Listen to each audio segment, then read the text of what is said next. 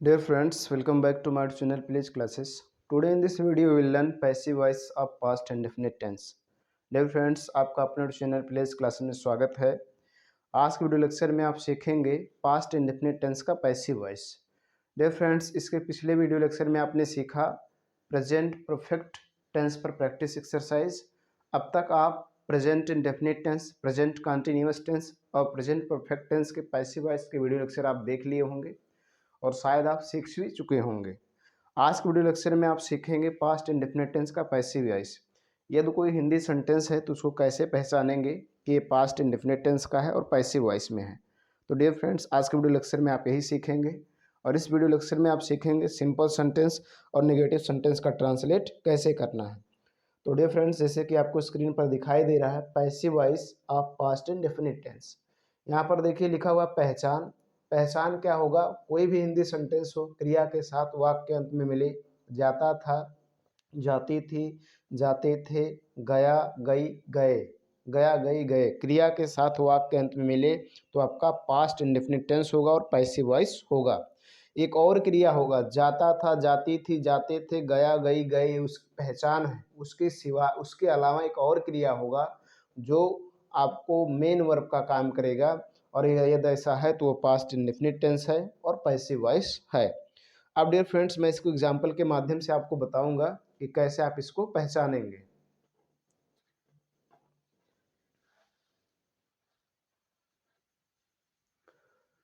Dear friends, जैसे यहाँ example मैंने लिखा है, यहाँ पर देखिएगा लिखा हुआ है सिंपल सेंटेंस। क्योंकि आज आप सिंपल सेंटेंस और नेगेटिव सेंटेंस सीखेंगे तो सिंपल सेंटेंस और नेगेटिव सेंटेंस से रिलेटेड मैंने यहाँ पर एग्जाम्पल लिखा हुआ है। देखो यहाँ पर लिखा हुआ है, यह पाठ पढ़ाया गया, देखिए अंत में आया गया, उसे प्रतिदिन सताया जाता था, अंत में आया जाता था, लड़कियों को क्रिकेट सिखाया जाता था, अंत में आया जाता था। तो ये जाता था, जाती थी, जाते थे, गया, गई, गए इसकी पहचान है। इसके बाद इसमें देखिए एक और मेन वर्ब है, पढ़ाया मतलब पढ़ाना, सताया मतलब सताना, सिखाया मतलब सिखाना। ये एक और मेन वर्ब है, ये इसकी पहचान है। गया, गई, गए, जाता था, जाती थी, जाते थे, ये इसकी पहचान है। इसके सिवाय इसमें और एक और मेन वर्ब है, जो एक वर्ब है जो मेन वर्ब का काम करेगा। तो अगर ऐसा सेंटेंस आपको मिल रहा है, आपको लिखा हुआ मिल रहा है या कोई आपसे पूछ रहा है या आपको बोलने की ज़रूरत पड़ती है तो पास्ट इंडेफिनिट टेंस का पैसिव वॉइस होगा। और उसको कैसे ट्रांसलेट करेंगे आज के वीडियो लेक्चर में आप सीखेंगे। तो डियर फ्रेंड्स, सबसे पहले आप सीखेंगे सिंपल सेंटेंस। तो सिंपल सेंटेंस के बारे में आप पूर्ण रूप से जानते होंगे कि अंत में पूर्ण विराम हो। देखिए सभी के अंत में पूर्ण विराम है, इसमें कहीं नहीं शब्द नहीं है। अंत में पूर्ण विराम हो, नहीं शब्द ना हो तो सिंपल सेंटेंस होता है।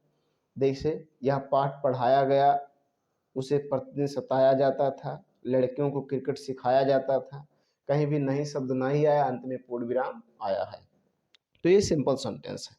अब डियर फ्रेंड्स, सिंपल सेंटेंस होगा तो कैसे करेंगे? सबसे पहले ऑब्जेक्ट लिखेंगे, फिर ऑब्जेक्ट के अनुसार वाज या वर। सिंगुलर है तो was, I, he, she, it, this, that, singular noun के साथ was, we, you, they, these, those, plural noun के साथ वर। उसके बाद भी थ्री वर्ब का थर्ड फॉर्म, फिर ऑब्जेक्ट, सॉरी फिर अदर वर्ड।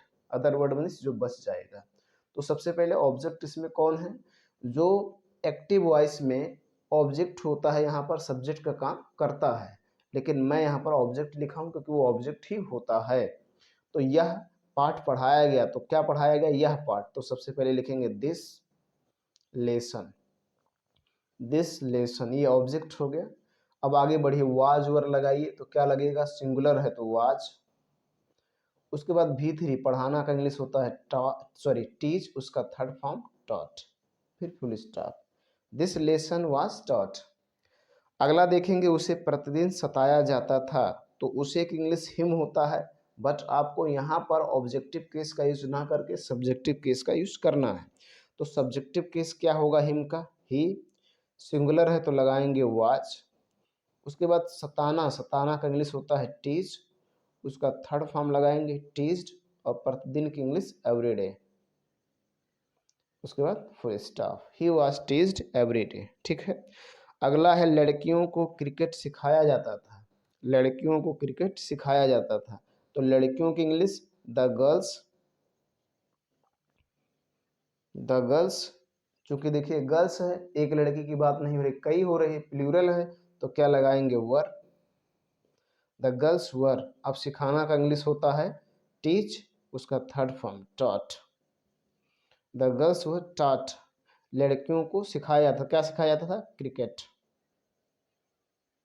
उसके बाद full stop. The girls were taught cricket. ठीक, इस तरह से आपको करना है। अगला आप देखेंगे, जो अगला आप सीखने वाले हैं वो है नेगेटिव सेंटेंस। क्या है? Negative sentence.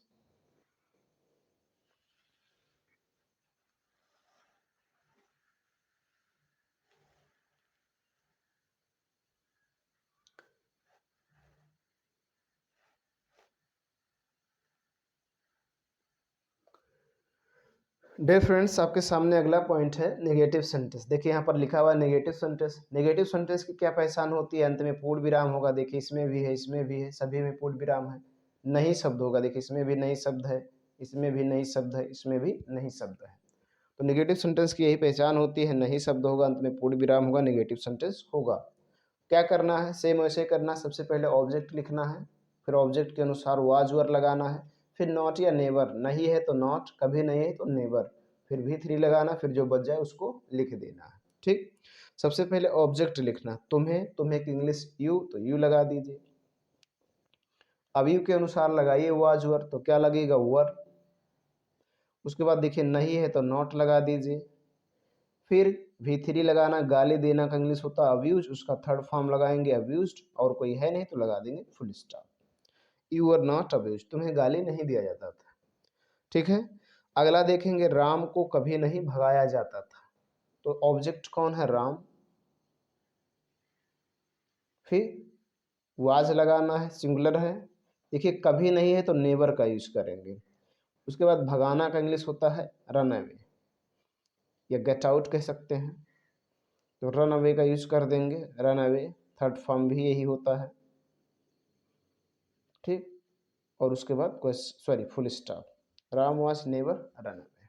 ठीक है, अगला देखिएगा, उसे नहीं समझाया गया। तो उसे की इंग्लिश होती है ही के साथ लगता है वाज। उसके बाद नहीं है तो नॉट लगाएंगे। समझाना का इंग्लिश होता है समझाना, एक्सप्लेन। तो यहाँ समझाना है, तो समझाना के लिए आप उसे नहीं समझाया गया, तो देखिए समझना के लिए अंडरस्टैंड का यूज किया जाता है। समझाना की बात होगी तो मेड, मेड मेक का थर्ड फॉर्म लगाएंगे, मेड अंडरस्टैंड, मेड अंडरस्टैंड। ठीक है, उसे नहीं समझाया गया, he was not made understand. ठीक है, इस तरह से आपको ट्रांसलेट करना है। डियर फ्रेंड्स, मैं उम्मीद करता हूँ कि आपको पास्ट इंडेफिनिट टेंस के पैसिव वॉइस का ट्रांसलेट करना सीख गया होगा। कोई भी हिंदी सेंटेंस हो, क्रिया के साथ जाता था, जाती थी, जाते थे, गया, गई, गए, मिले, उसमें मेन वर्ब कोई और हो, जाता था, जाती थी, जाते थे ना हो, कोई और हो, ये इसकी पहचान है। ये आपको याद रखना कि ये इसकी पहचान है। तो आपका पास्ट इंडेफिनिट टेंस का पैसिव वॉइस होगा। सिंपल होगा तो सबसे पहले ऑब्जेक्ट, फिर वाज वर्ब, फिर भी थ्री, फिर अदर वर्ड। नेगेटिव होगा तो सबसे पहले ऑब्जेक्ट, फिर वाज वर्ब, फिर नॉट या नेवर, फिर भी थ्री, फिर अदर वर्ड। इस तरह से आपको ट्रांसलेट करना है। डियर फ्रेंड्स, वीडियो देखने के बाद कोई जानकारी मिली हो तो लाइक करें। चैनल पर पहली बार आए हो तो आपसे रिक्वेस्ट है कि चैनल को सब्सक्राइब करें, साथ साथ बेल आइकन भी प्रेस करें, ताकि जब वीडियो अपलोड करूँ उसका नोटिफिकेशन आपको मिलता रहे। आज के वीडियो लेक्चर में उतना ही। धन्यवाद।